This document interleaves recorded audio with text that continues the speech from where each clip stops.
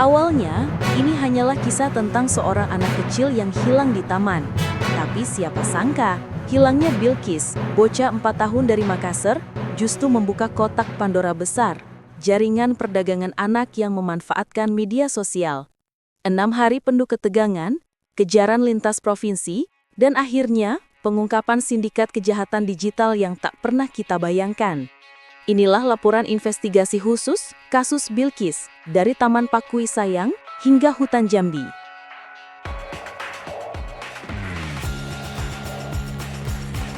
Minggu pagi 2 November 2025, di bawah langit cerah Makassar, seorang ayah bernama Dwi Nurmas sedang bermain tenis. Tak jauh darinya, Bilqis, sang putri kecil, bermain di tepi lapangan. Tapi dalam hitungan menit, keheningan berubah jadi kepanikan. Bilqis hilang. Rekaman CCTV memperlihatkan seorang wanita membawa Bilqis pergi. Bersama 2 anak lain, ia berbaur seolah bagian dari keramaian. Tak ada yang curiga.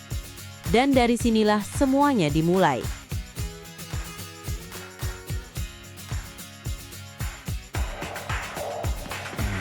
Foto Bilqis menyebar cepat di dunia maya.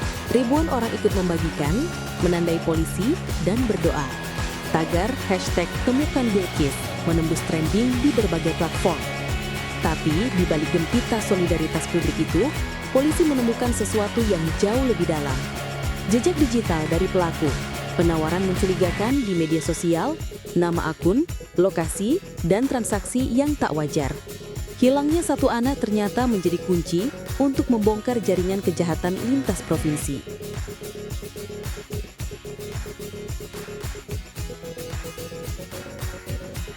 Hasil penyelidikan menunjukkan kasus Bilqis bukan penculikan biasa. Polisi mengidentifikasi 4 pelaku dari 3 provinsi berbeda. SY, warga Makassar, penculik awal yang menawarkannya lewat Facebook. NH dari Sukoharjo, Jawa Tengah, perantara yang membeli Bilqis 3 juta rupiah dan menjual lagi 15 juta rupiah. MA dan AS, pasangan asal Jambi, yang kemudian menjual Bilqis kembali ke pihak lain dengan nilai mencapai 80 juta rupiah. Dalam 6 hari, seorang anak berpindah tangan 3 kali. Nilainya naik 26 kali lipat.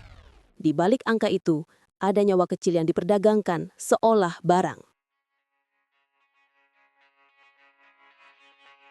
Polisi menemukan pola perdagangan anak kini merambah ke ruang digital. TikTok, WhatsApp, dan Facebook digunakan bukan hanya untuk promosi, tapi untuk menjual anak-anak di bawah umur. Pelaku MA dan AS bahkan mengaku telah memperjualbelikan 9 bayi dan 1 anak lain selain Bilqis. Jaringan ini bekerja rapi, penculik di satu kota, perantara di kota lain, dan pembeli di provinsi berbeda. Semua terhubung lewat pesan terenkripsi. Ini bukan lagi kejahatan jalanan, ini kejahatan siber yang memanfaatkan teknologi untuk memperdagangkan manusia. Koordinasi lintas Polda pun dilakukan. Tim gabungan dari Sulsel, Jambi, dan Polri Pusat bergerak cepat. Jejak digital mengarah ke sebuah kawasan di Kabupaten Merangin, Jambi, tepatnya di SPE Gading Jaya, dekat komunitas adat suku Anak Dalam.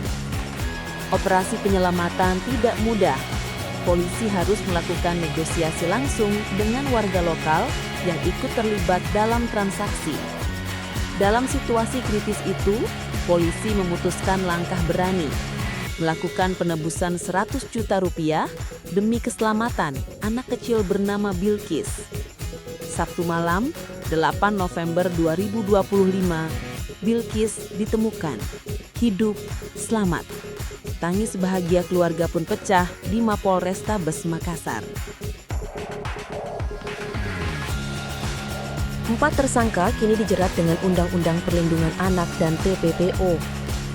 Tapi kasus Bilqis meninggalkan pesan besar untuk kita semua, bahwa perdagangan manusia telah berevolusi. Kini terjadi lewat layar ponsel. Di saat sebagian dari kita sibuk men-scroll video hiburan, di ruang digital yang sama, ada nyawa anak-anak yang diperjualbelikan. Polisi kini tengah menelusuri 9 korban lainnya dari jaringan ini. Dan publik menuntut satu hal, agar ini menjadi kasus terakhir di Indonesia.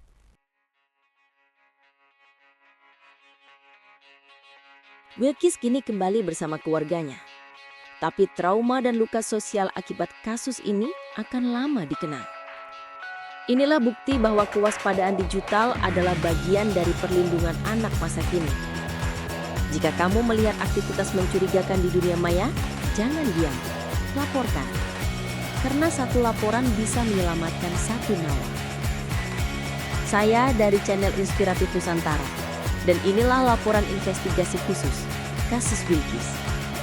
Jangan lupa subscribe agar lebih banyak masyarakat tahu bahwa kejahatan digital kini bisa menyentuh siapa saja.